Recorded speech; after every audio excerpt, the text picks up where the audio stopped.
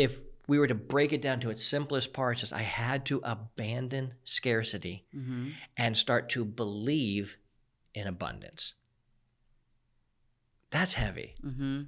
Yeah, I need a bag, bruh. Send it through quickly.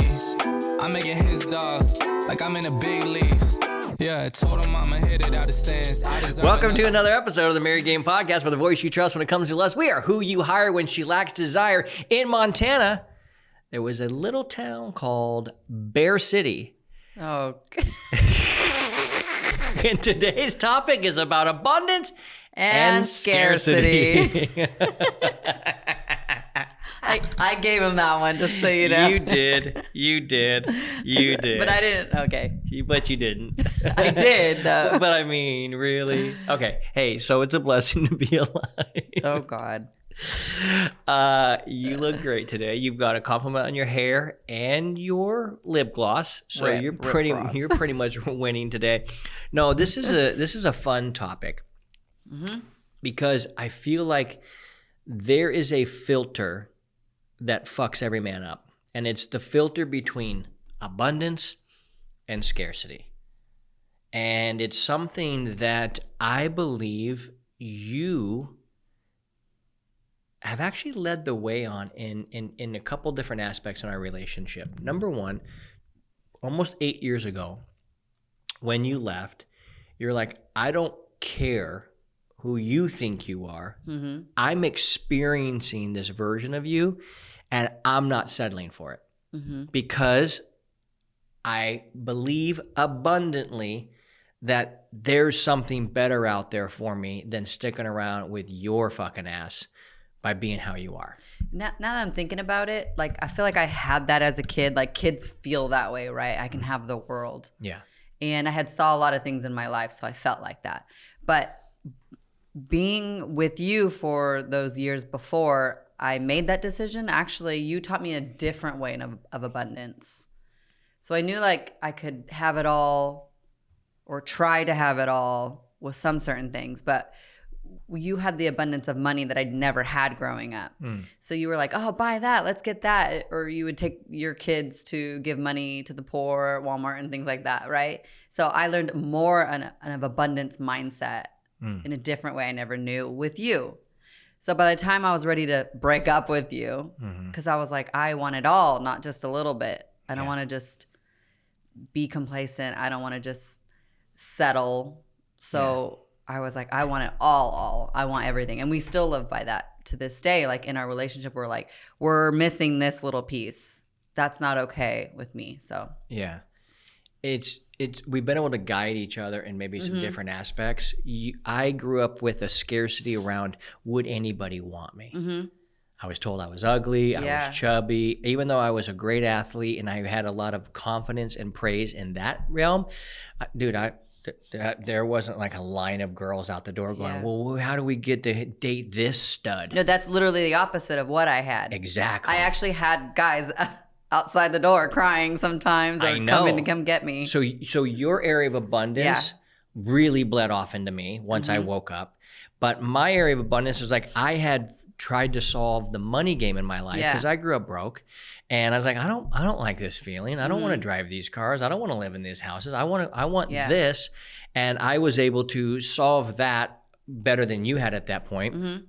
And there was like this thing that rubbed off on each other where you were like, well, wait a second, dude, I know Keith and he makes a bunch of dough and he freely spends it and gives it and all this other stuff. And then I met you and I'm like, well, hold on a second. Like, you can act in an abundant manner, realizing that you don't have to settle for people in your life treating you a certain way. If you don't like it, you can just literally get up and go, I'm out of here. Yeah. And so when my younger self, and I lost myself a little bit, when I started regaining that back, I was like, oh no, there is a bunch of men out there who will treat me the way I want to be treated. Yeah. So I regained that confidence back in that way.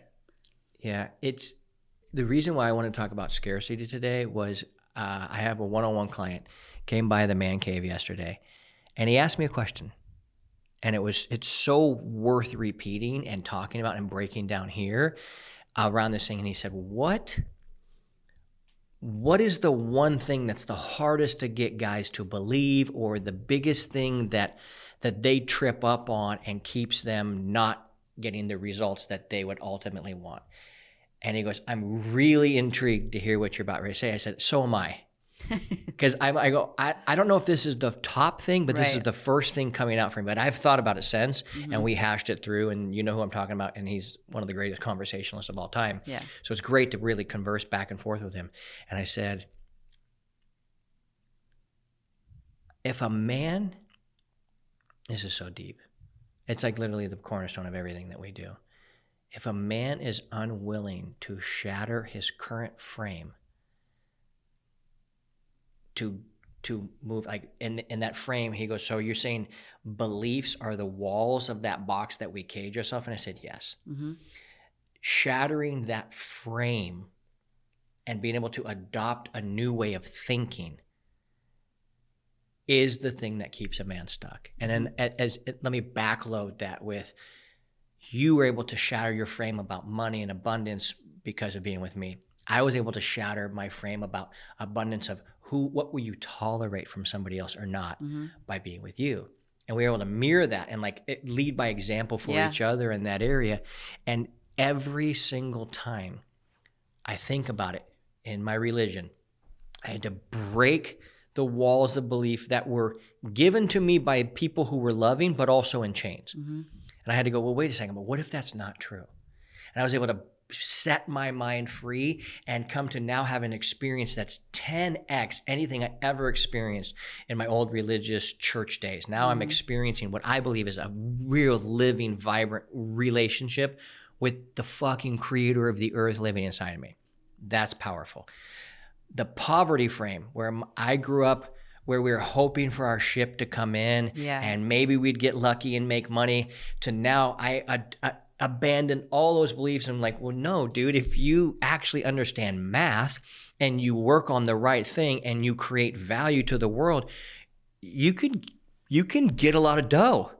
And then that not everybody's broke and poor and struggling and hoping to make it, but there's a lot of people that are just like, oh, you don't think money flows easily and it loves you and wants to be in your grasp and wants you to be in control of it. And that was another frame. The relationship frame. Wait a second. So it doesn't have to be drudgery. You don't have to hope and pray that one day you get laid. These are all frames. Divorce is the worst thing that you could ever do. Well, are you sure? Yeah. That usually is tied to the religious frame. But these frames where wait, no, leaving is the leverage. If all these frames had to be broken for us to actually arrive at this new place. And if we were to break it down to its simplest parts, is I had to abandon scarcity and start to believe in abundance. That's heavy. Do you see, you obviously work with me and you see so many of these guys do this. How does this show? Do you see this happen with these guys? What's so difficult about saying that to someone who's never even had a thought? They're like, well, but I'll never leave her. And you try to, that's good. We don't want you to leave her, but you have to know that that is an option, the leaving part. Yeah. And they still can't grasp it. And so until for a long time, right? Some certain men, and all of a sudden they're like, well, I'm really miserable and it's not clicking for her. And then he starts to turn. And when he knows that that's something that he can say to her, or it's I don't want to live the rest of my life like this anymore. Even if they stay together or not stay together, that's a new relationship they're going to have to go into. Yeah. Changing a man's belief that either he grew up in, believing was true, it is the hardest work. But it feels like that's the demon I have to wrestle in every man. And he goes, but I go, well, you don't actually hold that belief in any other area of your life. You only hold it here. You only hold it around sex. And you only hold it around this thing. But you don't actually hold those beliefs. A lot of the times we'll go, if I see a guy that's financially abundant, and I go, you weren't born that way. you had to learn a set of skills and a different set of mindset to learn this and to accomplish it and to be good at it. Mm-hmm. But they think for some reason you're supposed to just be natural at this thing called human interaction with two radically stubborn people who want what they want. And yet they don't understand, like, well, there's a lot of beliefs you're going to have to dump. Mm-hmm. And I just think of some of those beliefs for me were like, hey, I provide. Well, hello, I did my job. Mm-hmm. What about you? And like that is such a horseshit belief. What are some that you had to break as a woman? What's coming up for me is like the little things in our relationship that we do differently from the norm. That what society says, sleep in the same bed together. You have to. Oh God. Okay, you're going there. Yeah, I so like little things for me pop into my mind because I've already lived kind of free, right? I didn't have to break out of the religion. I didn't have to do any of that stuff. Mm-hmm. I didn't leave my family. You know, like I didn't have those hurdles to go through. Mm-hmm. But what I have is hurdles in our relationship, which made me resent our relationship or us, is things like sleeping in the same bed, going to bed angry. Those little things for me shatter what society had told me growing up. Yeah. Yeah, it's guys will jump on the front. They're like, dude, I haven't even slept in the same bed with my wife in 2 years. Like, oh man, like it's a thing. I'm You're like, thank God, me too. Dude, I'm like, it's been 10 years for me. I can't stand sleeping in the same bed with her. Years. Oh my God, that's the worst thing. If you made me like, sleep. wait, what? Yeah, like, when we have to share a bed at a hotel, we're like, it's only one night. I think we can do it. Yeah, and it's because you wake me up all night. Yeah, and how am I supposed to snuggle with my dog? And you be right there going, hey, I'm trying to sleep. Yeah. Dude, you start petting her. Yeah. Like, dude. Bro, stop moving. That's my snuggle time with Valentine. I need a good solid 5 minutes in the morning. I need my kitty cat. You need your kitty cat. But it's this thing. Russell Brunson said something a while back, and he said, movies are made for the 98%. Yeah. Why? Because 98% of people want to be entertained, they want to consume, they want to be told what to think. Most people have never considered, what do you think? So what happens, I really like original thinkers. Mm-hmm. I like people that have actually put thought into something. Yeah. Most people think they think, but they've only been told what to think. Right. And then they regurgitate what they think. And then when they come to me and they go, I don't believe in marriage certificates. Like, wait, what? Mm-hmm. I go, yeah. They're like, oh, but dude, you got to have a marriage certificate. You're not married. I go, right. What's that? Who? Yeah. They're like, whoa. I go, oh, you mean the law that was passed back in the 1920s to make sure white people and black people didn't intermarry? Is that so they can put tabs on your relationship and monitor you? Yeah. Is that the certificate you're saying I have to have for me to be able to say I'm married? Yeah. Oh, cool. So he said, movies. I get that pushback all the time. Movies were made for the 98% of people because you can make billions of dollars at $15 a clip if you're selling to the 98%. Mm-hmm. But you're not going to make a lot of money if you're selling a $15 thing to the 2%. But the 2% are the 2% that have thought. So I was dealing with a guy and I go, hey, I know you went through a recent breakup and I have a honest question for you. And I reframed and set this man free. I said, if there was 10 other women sitting right here, pretty, just as pretty or prettier, just as connected or more connected, just as into you or more into you, are you worried about this one that left? Wow. And he goes, no. I said, so then what we're dealing with is a scarcity mindset.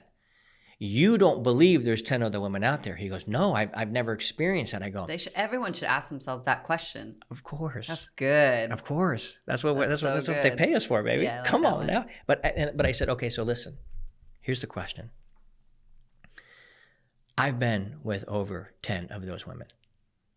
I don't think Jesse's the only one I could ever spend the rest of my life with. Yeah. A lot of people out there. Jesse's the best I've ever experienced, and I would miss her like crazy. But for some reason, Jesse, drank a bad Heffenweizen one day and said, fuck Keith, I'm out of here and I'm going to go do my own thing, I'd be like, well, that's going to be super sad. Or I'd die. But if you die, a lot could happen. Like, what am I going to do? Just like, be sad forever race for second place the rest of my life? Like that's No.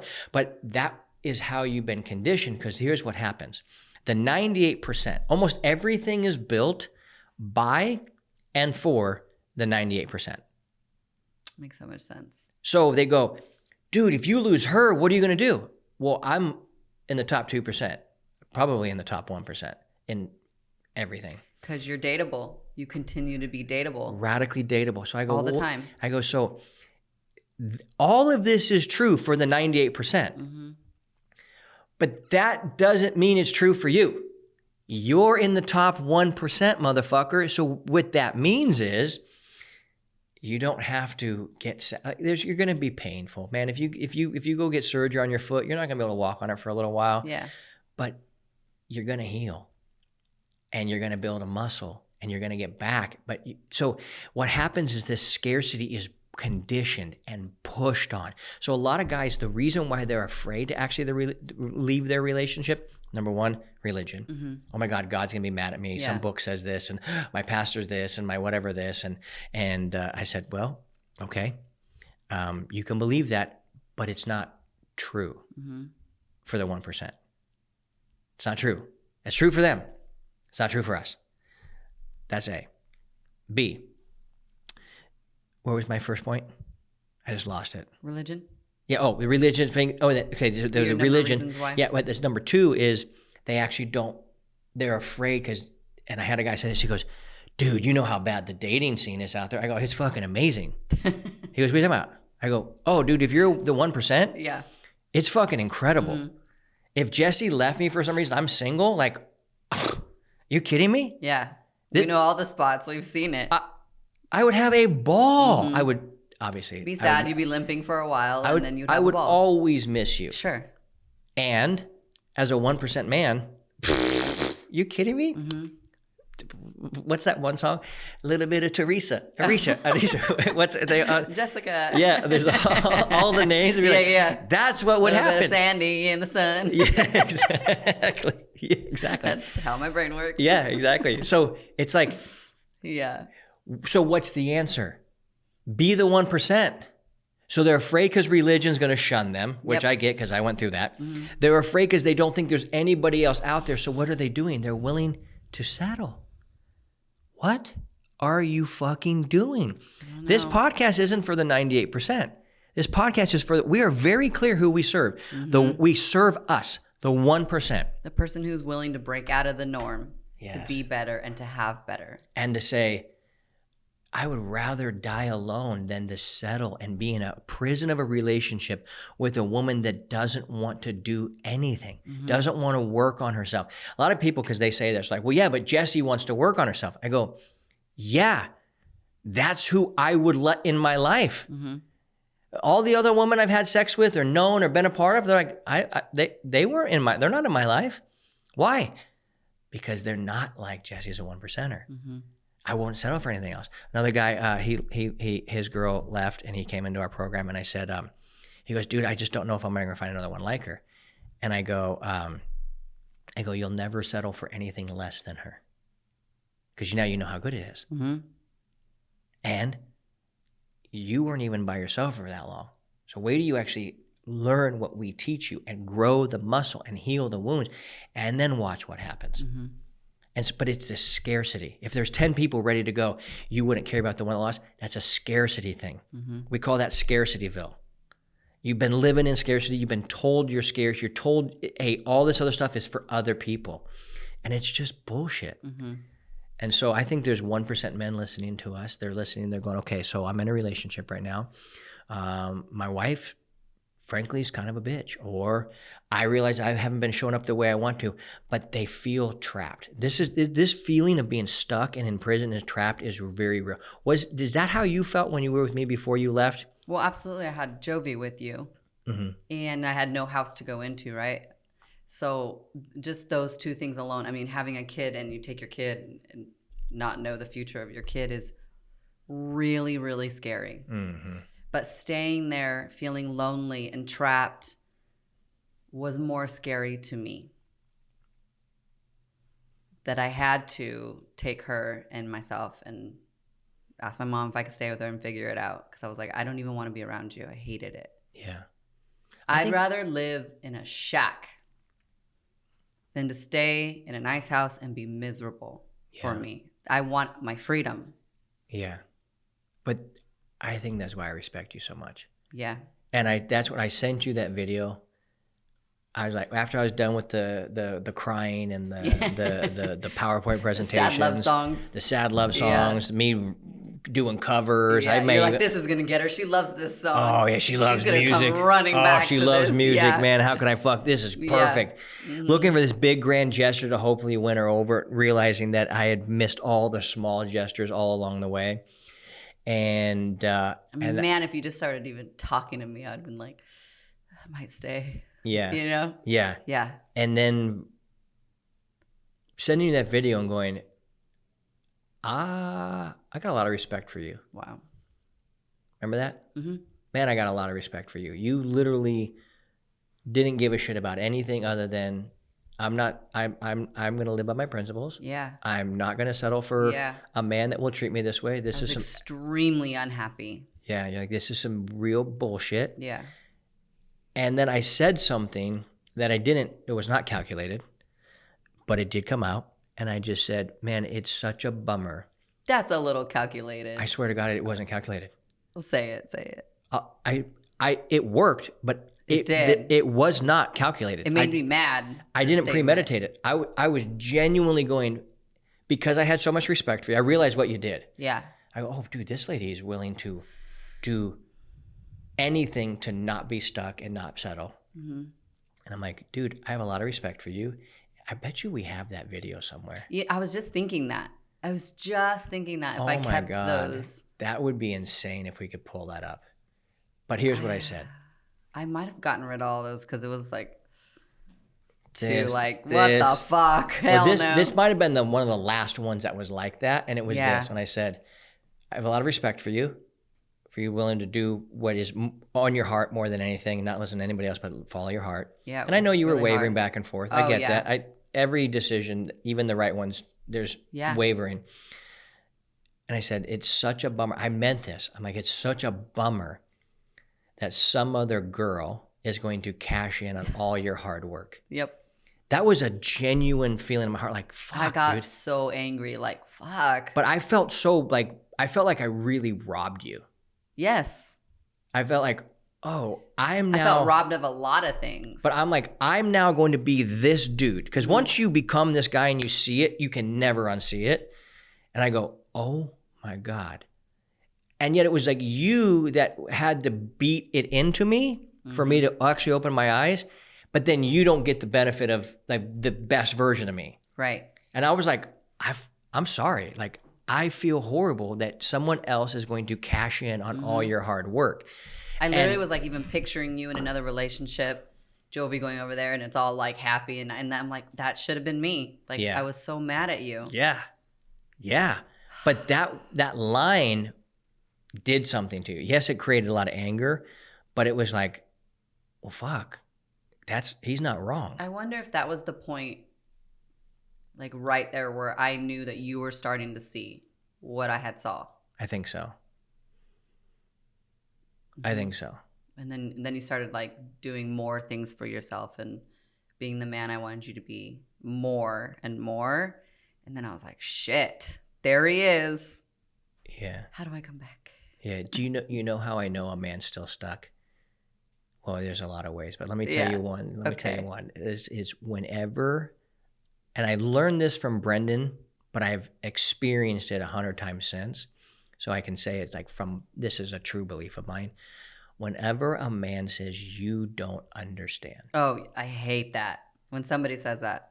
Anybody. Yeah, you don't understand how fill in the blank. Yada. Yeah. How bad it is, how bad she is, how bad I am, how you don't get it. And this is different. You don't get it. Yeah. And it's like, oh, you're still a victim. Mm-hmm. If any time a man says that, you don't get it, I instantly go, And you're not going to get it. Poor guy. Yeah. Poor fucking guy. Because that is the victim's cry. It's the victim's cry. They should sew it on a banner.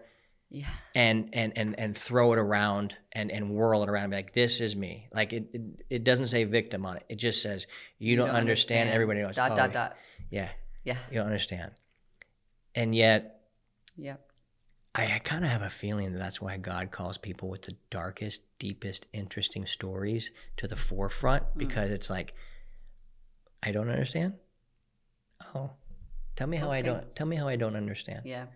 Because I went through this, and this, and you haven't even been through like a quarter of that, and you're telling me I don't understand? Very interesting. Very interesting. So but again, what is it? Scarcity versus abundance. And it's this ego that's like, no, but I'm fucking right. Okay. All right. Yeah. How long are you going to be stuck for now? Then you're going to be there for a while. This scarcity and abundance thing is such a, it shows up in how people give. Yes. Yeah. If I give you a gift and I don't like your reaction to my giving you a gift, what is that? Scarcity. Because I'm giving you something just or something to get a reaction, a pat on the back, a kudo, anything. And it's like, you don't get it, do you?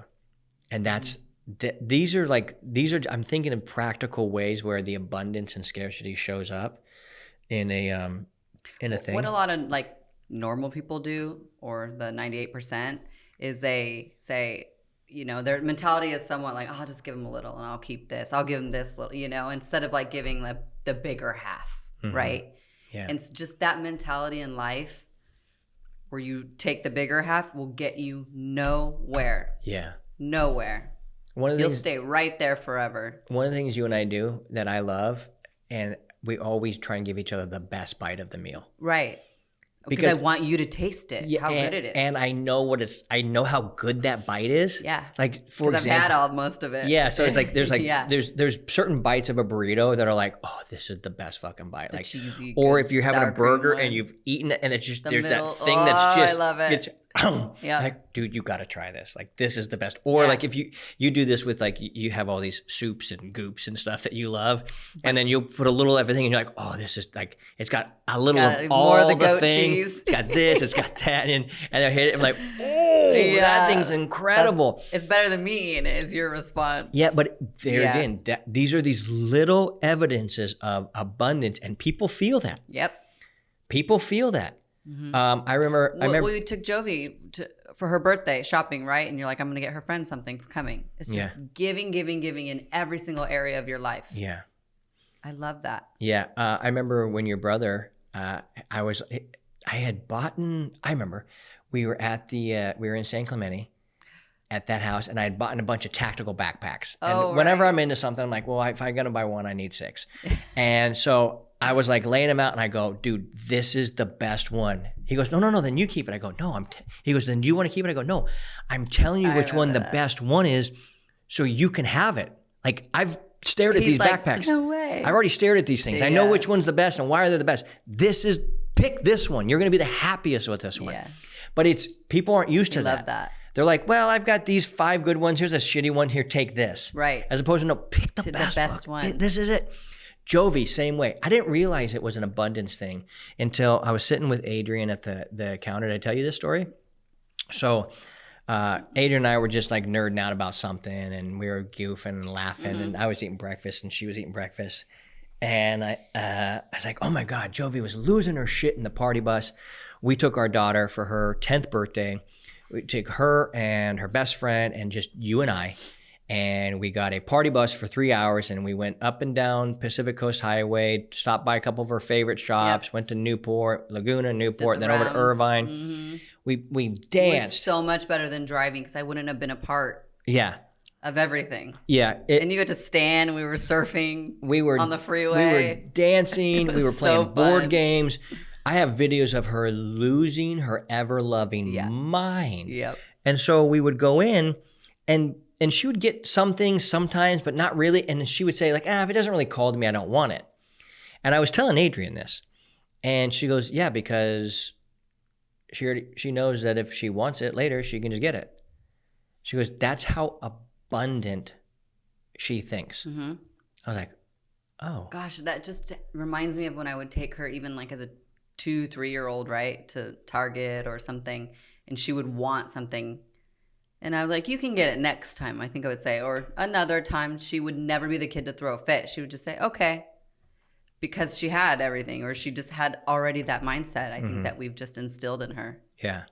This comes up, scarcity and abundance, with asking for sex. I'm shocked at how few guys actually ask for sex in like a straight up, hey, you want to go get busy later? Hey, you want to have fun later? Like, it's almost like they hint around, hoping the girl gets the hints and hoping they have sex. And it's like, they have such a story behind it. They so can't just ask for it. Just huge like stories. Nothing. Huge stories. Like, it's already an expectation in our marriage, so why don't you just ask for it? Yeah. Like, oh, I didn't do enough. It's all the whole story. So many stories. Yep. And then they feel radically rejected, and it's like, yo, bro. What? But then they're making it about something instead of just it be something, and then whatever you have to say is something different. Yeah. It's not the same. It's not. They're combining it all. It's scarcity. Because now sex has become scarce in their marriage, and they go, whoa, what the hell is this? Yeah. But it's been taught as a scarcity thing. It's like they come in with scarcity mindset around it, and then they expect there to be scarcity, so then they find scarcity. You find what you're looking for rather than it be an abundant thing. It's like just a simple thing when we teach guys, hey, ask your wife if you want to have sex. Hey, you want to go have fun later? Like, however there's a million ways to say it. Yeah. And if she says no, the answer is real simple. All right, when's a better time for you? Yeah. The guy's like, well, wait, what?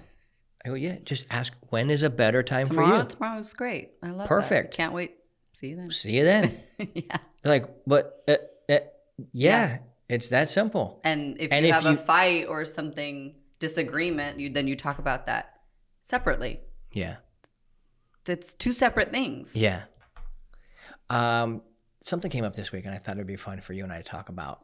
It was a story, again, scarcity story, that I was able to help the guy flip. And he goes, the thing is his wife asked him, if I ask for a massage, I just assume you want to have sex every time. I think a lot of women feel that way. And he kind of hemmed and hawed. He's like, I don't, but I do, and I don't, but I do. I'm like, well, that's the wrong answer. He goes, yeah, I fucked up. Yeah. I go, no problem. But his wife was like, it doesn't have to be a production every time. And I was like, his story was that if he went and just got what he wanted, then he thought he had to get her off every time, so that way she would want to do it every time. I go, no, it's actually the opposite. And he goes, what do you mean? I said, listen, sometimes your wife just wants to know that you're obsessed with them. You want to go fuck them. And you need 3.5 minutes in her vagina, and you just and you're good. And she goes, oh, it doesn't have to be a big or fucking deal every time. Yeah. And I go, that makes him actually want to do it more. She goes, oh, the guy needs 5 or 10 minutes. No problem. He needs to get his nut off. Yeah. And I'm his gal. Yeah. Get in here. You're obsessed with me? All right. Let's have sex and let's be done with it. And then And then you actually get it more, because he thought, well, if it's not that good for her, then she's not going to want to do it. I go, I mean, that makes sense, right? But this is the thing. But that's until wrong. you see it. Yeah. Every guy that jumps on our one-on-one call after they go through our modules and they go, so much of this is common sense. I go, yeah, but you didn't know it, did you? Yeah. No. I go, but now that you see it, you can't unsee it. Or so you're just thinking one way, and then you hear another, you're like, oh, shit. Yeah. That's just literally flipped. But it's all these stories around it, because most people can't talk about sex. They can't share with each other. Hey, what is your thoughts here? What are you about this? And I just said, from what I experience with a lot of women, is they don't actually need to orgasm as much as us. They don't think, like, guys, like every 2 or 3 days, like, I gotta release these fucking beautiful, whatever this thing inside of me has gotta get out. But a woman's not like that. She can go 7 days, 14 days. Like, it's just a different ordeal. And one good one can sustain for a while. Yeah, really good. They're like, oh, that feels good. That's good. But I said, so go get what you want. Let her, like, you don't have to make it this. You guys feel like they have to orgasm more than women, and it's just this, and that's okay too. That's okay. And you can have this rhythm of sex where it's just like I said, you gotta bring it back to this thing of this is just what we do. We're married, we have sex. It is what it is. And if you need it to be crazier, then go, yo, I'm looking for a wild time. Yeah. I want a wild sexual experience. You're like, all right, let's plan that. Okay, well then let's put it on the books. Let's it's just it's so much simple. It's so much simpler. It's exciting. You and I go, hey, we need a little more romance. Yeah. Like we want we have a date coming up. We want some wild sexual antics. Cool, but there's a lot of times where it's just, hey, hey, what are you doing right now? Yeah. Come on up. Yeah. Let's knock it out. And sometimes you come during those times. Sometimes you don't. Yep. I don't actually care.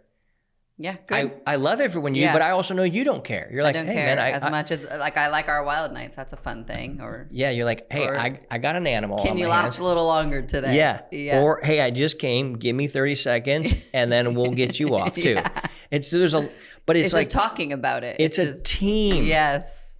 But so many guys, I'm talking about. It's kind of sad.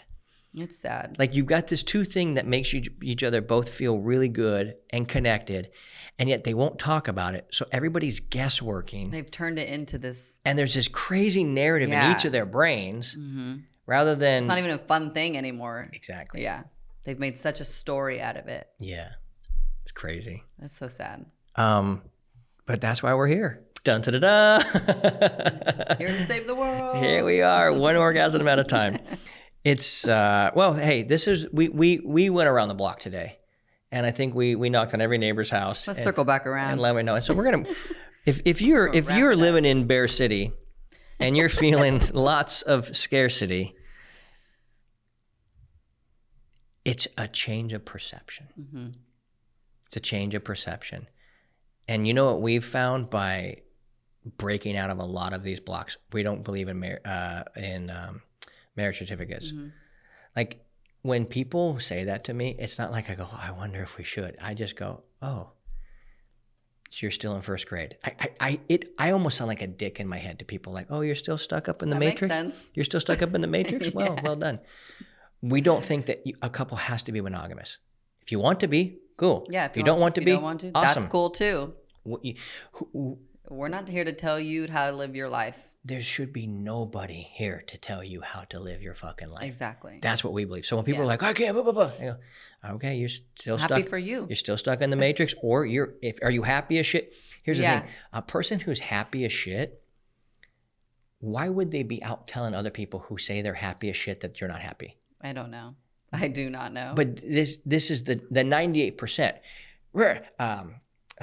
God, I could say so many funny things, but I always love the.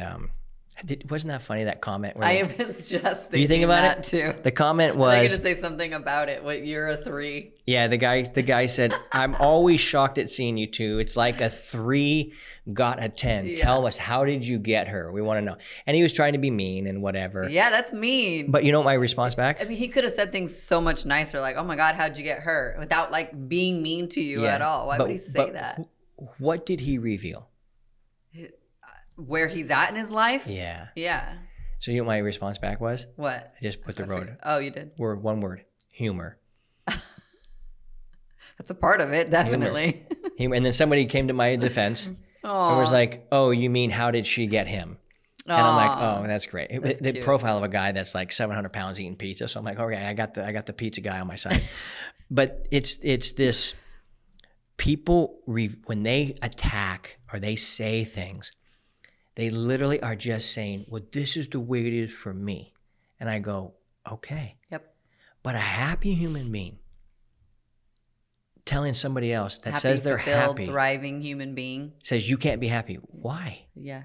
How can I No, not they be? say, here's a way to be happy. You can do it. They're encouraging. Yeah, they go, oh, you found your stoke? Awesome. Yeah. Why would I care? Are you hurting anybody? No. Then who do you the baffle? It's so baffling. It blows my mind too. That blows my anybody who doesn't agree with us, and we're clearly, do they think we're faking this? I don't know Hey, what can you they think. pretend like we're happy because we're trying to make some sales? Like, could you imagine? You can't fake it for that long. And when people are around us, like, oh, this is real as shit. All of our closest friends who, when they first met us, thought we were crazy. Are like, you guys aren't crazy. You guys are like crazy in love. Like, this is real.